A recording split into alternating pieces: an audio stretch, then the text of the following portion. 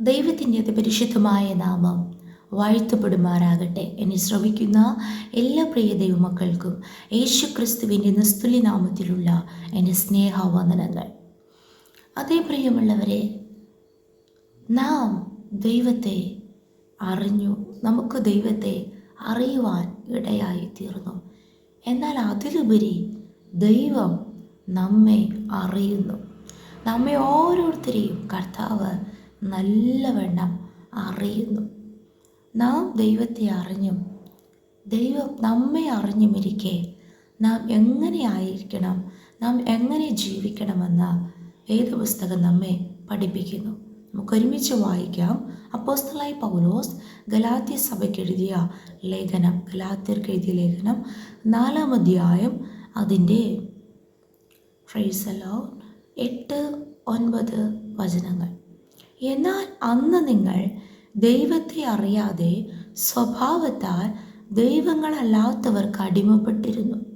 ഇപ്പോഴോ ദൈവത്തെ അറിഞ്ഞും വിശേഷാൽ ദൈവം നിങ്ങളെ അറിഞ്ഞുമിരിക്കെ നിങ്ങൾ പിന്നെയും ബലഹീനവും ദരിദ്രവുമായ ആദി പാഠങ്ങളിലേക്ക് തിരിഞ്ഞ് അവയ്ക്ക് പുതിയതായി അടിമപ്പെടുവാൻ ഇച്ഛിക്കുന്നത് എങ്ങനെ? Price the Lord. ദൈവസഭയോട് അപ്പോസ്തലനായ പൗലോസ് കൊടുക്കുന്ന ആലോചനയാണ് നാം ഇവിടെ വായിച്ചത്. നാം ദൈവത്തെ അറിയാതിരുന്ന ഒരു കാലമുണ്ട്. എന്നാൽ ഇപ്പോൾ നാം ദൈവത്തെ അറിഞ്ഞു. ദൈവം നമ്മെയും അറിഞ്ഞിരിക്കുന്നു. ദൈവത്തെ അറിഞ്ഞു വിശേഷാൽ ദൈവം നമ്മെ അറിഞ്ഞുമിരിക്കെ നമ്മെ കർത്താവ് നമ്മുടെ ഹൃദയങ്ങളെ, നമ്മുടെ നിരൂപണങ്ങളെ, നമ്മുടെ ചിന്തകളെ, നമ്മുടെ പ്രവൃത്തികളെ, നമ്മുടെ സംസാരങ്ങളെ, നമ്മുടെ കൊടുക്കൽ വാങ്ങലുകളെ, സകലത്തെയും നമ്മുടെ ഹൃദയ രഹസ്യങ്ങളെ സകലത്തെയും കർത്താവ് അറിഞ്ഞിരിക്കെ പിന്നെയും ആദ്യ പാഠങ്ങളിലേക്ക് നാം തിരിഞ്ഞു നോക്കുന്നത് എന്തിന്? ആ ആദ്യ പാഠങ്ങൾ നമ്മുടെ മാനുഷിക കണ്ണുകളാൽ നോക്കുമ്പോൾ ആമേൻ, അത് നല്ലതായി നമുക്ക് തോന്നിയേക്കാം. Price the Lord. എന്നാൽ ദൈവവചനം നമ്മെ പഠിപ്പിക്കുന്നു, ആദ്യ പാഠങ്ങൾ ബലഹീനവും ദരിദ്രവുമായ ആദ്യ പാഠങ്ങളിലേക്ക് നിങ്ങൾ തിരിഞ്ഞ് അവയ്ക്ക് പുതിയതായി അടിമപ്പെടുന്നത് എന്തിന്? Price the Lord. അടിമത്വത്തിൽ നിന്ന് കർത്താവ് നമ്മെ സ്വാതന്ത്ര്യരാക്കി. എന്നാൽ വീണ്ടും പുതിയതായി നാം അടിമപ്പെടുന്നു. അതെ, ഈ വചനം കേൾക്കുന്ന ഓരോരുത്തരോടും പരിശുദ്ധാത്മാവ് സംസാരിക്കുന്നു. പാപത്തിൽ നിന്ന്, ശാപത്തിൽ നിന്ന്, പൈശാചിക പോരുകളിൽ നിന്ന്, ശത്രുവിൻ്റെ പിടിയിൽ നിന്ന്, പാപക്കുഴിയിൽ നിന്ന് കർത്താവ് നമ്മെ രക്ഷിച്ചു. അടിമത്വത്തിൽ നിന്ന് പുറത്തു കൊണ്ടുവന്നു.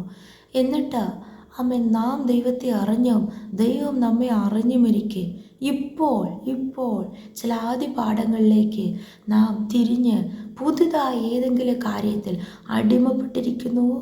പുതുതായി ഏതെങ്കിലും കാര്യത്തിൽ അഡിക്റ്റഡ് ആയിരിക്കുന്നുവോ? ദൈവത്തെക്കാളും ഉപരി പുതുതായി മറ്റാരെങ്കിലും മറ്റെന്തിനെങ്കിലും സ്നേഹിക്കുന്നുവോ? അങ്ങനെയാണെങ്കിൽ നാം ചിലതിന് അടിമപ്പെട്ടവരാണ്. അതേ ഗലാത്യർക്ക് എഴുതിയ ലേഖനം തന്നെ 5-ാം അധ്യായം 1-ാം വചനത്തിൽ വായിക്കുന്നു, സ്വാതന്ത്ര്യത്തിനായി ക്രിസ്തു നമ്മെ സ്വതന്ത്രരാക്കി, ആകയാൽ അതിൽ ഉറച്ചു നിൽപ്പിൻ. അടിമനുഖത്തിൽ പിന്നെയും കുടുങ്ങിപ്പോകരുത്. അടിമനുഖത്തിൽ ആരും തന്നെ ഞാൻ അടിമനുഖത്തിൽ ഇരുന്നു കൊള്ളാമെന്നും ചെന്നിരിക്കുകയല്ല, കുടുങ്ങിപ്പോകുക. ആമേൻ. കുടുങ്ങിപ്പോകാതിരിക്കണമെങ്കിൽ ലഭിച്ച സ്വാതന്ത്ര്യത്തിൽ ഉറച്ചു നിൽക്കണം. ഈ സ്വാതന്ത്ര്യം എന്തു വേണോ ചെയ്യാം എന്നുള്ള സ്വാതന്ത്ര്യമല്ല. അപ്പോസ്തലനായ പൗലോസ് റോമർക്ക് എഴുതിയ ലേഖനം 6-ാം അധ്യായം അതിൻ്റെ 17-18 വചനങ്ങളിൽ നാം വായിക്കുന്നു, എന്നാൽ നിങ്ങൾ പാപത്തിൻ്റെ ദാസന്മാരായിരുന്നുവെങ്കിലും നിങ്ങളെ പഠിപ്പിച്ച ഉപദേശരൂപത്തെ ഹൃദയപൂർവ്വം അനുസരിച്ച് പാപത്തിൽ നിന്ന് സ്വാതന്ത്ര്യം ലഭിച്ച് നീതിക്ക് ദാസന്മാരായി തീർന്നതുകൊണ്ട് ദൈവത്തിന് സ്തോത്രം. Price the Lord. എവിടെ നിന്നാണ് നാം സ്വാതന്ത്ര്യരായിരിക്കുന്നത്? പാപത്തിൽ നിന്ന് സ്വതന്ത്രരായി നീതിക്ക് ദാസന്മാരായിരിക്കുന്നു. വീണ്ടും ആമേൻ, സ്തോത്രം. പാപത്തിൽ നിന്ന് ദൈവം സ്വാതന്ത്ര്യം വരുത്തിയതിന് ശേഷവും ഇല്ല, ഞാൻ പാപത്തിൽ തന്നെ ഇരുന്നു കൊള്ളാമെന്ന് പറഞ്ഞ് അതിന് വീണ്ടും കീഴ്പ്പെട്ട് നാം അടിമനുഖത്തിൽ കുടുങ്ങിപ്പോയാൽ പ്രൈസ് ദി ലോർഡ്, ആമേൻ.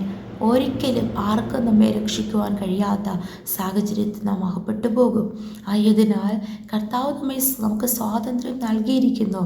പാപത്തിൽ നിന്ന് നമുക്ക് സ്വാതന്ത്ര്യം വരുത്തി നീതിക്ക് ദാസന്മാരായി തീർത്തിരിക്കുന്നു. അതിൽ നാം ഉറച്ചു നിൽക്കണം. Price the Lord.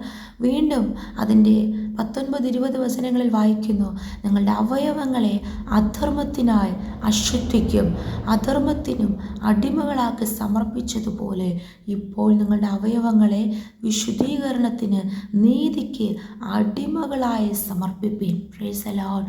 അതേ, നാം പാപത്തിൽ നിന്ന് സ്വതന്ത്രരായി, എന്നാൽ നീതിക്ക് ദാസന്മാരാണ്.